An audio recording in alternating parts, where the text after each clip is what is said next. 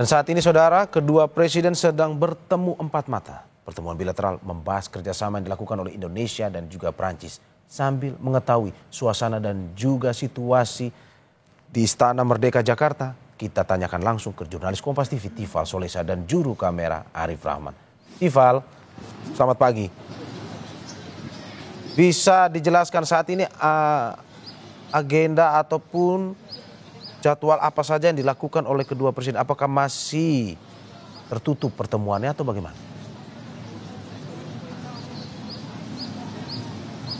Tentu saja masih tertutup dan ini baru awal. Jadi kedua tokoh dalam hal ini Presiden Prancis Emmanuel Macron dan juga Presiden Indonesia Prabowo Subianto melakukan pertemuan empat mata terlebih dahulu antara keduanya.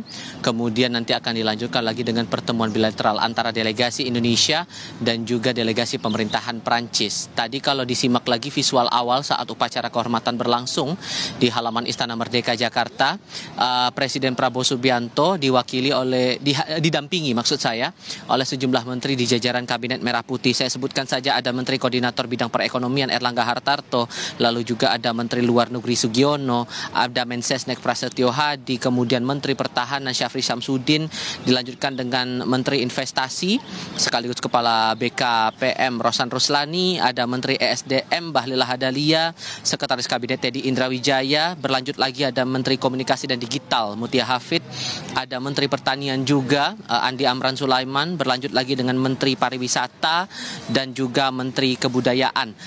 Melihat tokoh-tokoh ini atau menteri-menteri yang mendampingi Presiden dalam pertemuan bilateral antara Indonesia dan juga Prancis ini, tampaknya sedikit banyak akan mencerminkan hal-hal apa saja yang mungkin akan diperkuat kerjasamanya, hubungan bilateralnya, sektor-sektor mana saja yang dianggap krusial dalam memperkuat hubungan diplomatik yang berjalan antara Indonesia dan Prancis selama 75 tahun sejak tahun 1950, persisnya mulai itu dari 4 Januari, kemudian bentuk kemitraan strategis ini kemudian diperkuat lagi, dieratkan lagi lewat kerjasama yang telah diteken di tahun 2011 lalu. Kalau saya mereview kembali hal-hal apa saja sesungguhnya menjadi concern, menjadi perhatian dalam jalinan hubungan 75 tahun diplomatik antara Indonesia dan Prancis ini, Mario.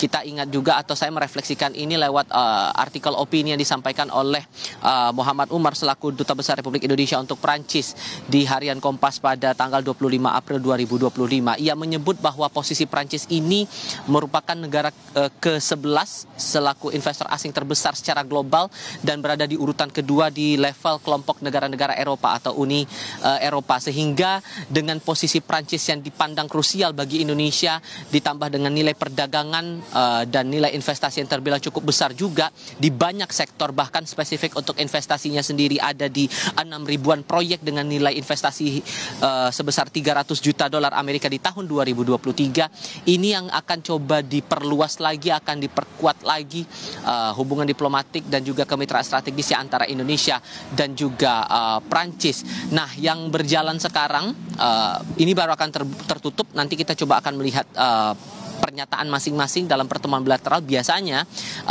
publik akan bisa melihat pernyataan awal yang disampaikan oleh Presiden ataupun juga pemimpin dari kedua negara, baik itu dari Presiden Prabowo Subianto mewakili pemerintah Indonesia maupun juga dari pimpinan negara dari tamu negara yang datang ke Istana Merdeka Jakarta. Dalam hal ini untuk kali ini dari Presiden Prancis Emmanuel Macron, mungkin saja nanti kita akan bisa mendengar keterangan awal ataupun juga pernyataan permulaan dari kedua kepala negara sebelum dilakukan atau ditekennya kesepakatan bilateral apa saja yang mungkin akan menjadi concern bagi kedua negara. Tadi sempat saya singgung masalah posisi Prancis tadi di dalam aspek ekonomi, kemudian juga dari segi investasi nilainya juga terus berkembang. Catatan terakhir di tahun 2023, hal lain yang juga menjadi concern adalah posisi Prancis untuk berbagai hal, terutama dalam hal ini masalah energi terbarukan. Prancis dianggap sebagai pelopornya, tidak hanya sampai di situ tapi juga aspek lain juga menjadi perhatian pemerintahan saat ini,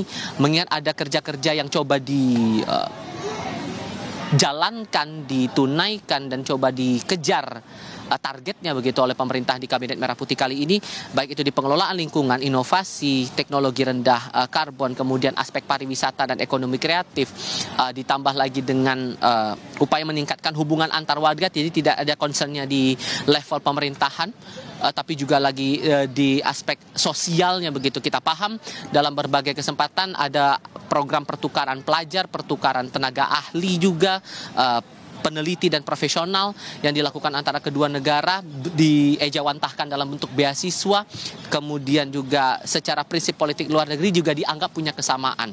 Prancis menerapkan prinsip strategic autonomy, nilai ini dianggap sama dengan semangat politik luar negeri Indonesia yang menerapkan nilai bebas aktif. Ditambah juga kesepahaman antara kedua negara ini terhadap masalah-masalah global, isu-isu geopolitik yang terjadi di berbagai negara, di berbagai kawasan. Salah satunya adalah isu Palestina.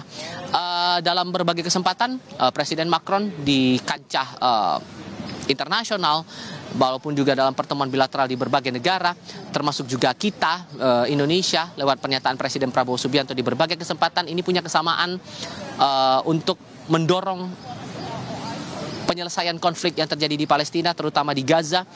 Sudah banyak korban jiwa berjatuhan di situ, dan semangat kita untuk two-state solution, solusi dua negara ini terus didorong agar konflik ini bisa diakhiri karena banyak korban jiwa yang berjatuhan. Bahkan Prancis dalam beberapa waktu ini terus mendorong dan menegaskan sikap mereka, tampaknya akan segera mengakui kedaulatan Palestina sebagai. Nah, concern ini juga yang menjadi tampaknya sedikit banyak akan menjadi perhatian bagi kedua negara, Indonesia maupun juga Prancis, dan tampaknya akan coba diperkuat lagi lewat pertemuan bilateral yang berlangsung hari ini, Mario. Ya, terima kasih Tifal atas laporannya, dan kita tunggu terus update-nya terkait dengan kerjasama bilateral antara kedua negara, Presiden Prabowo Subianto dan juga Presiden Prancis Emmanuel Macron. Terima kasih Tifal dan juga juru kamera Arif Rahman, selamat bertugas kembali.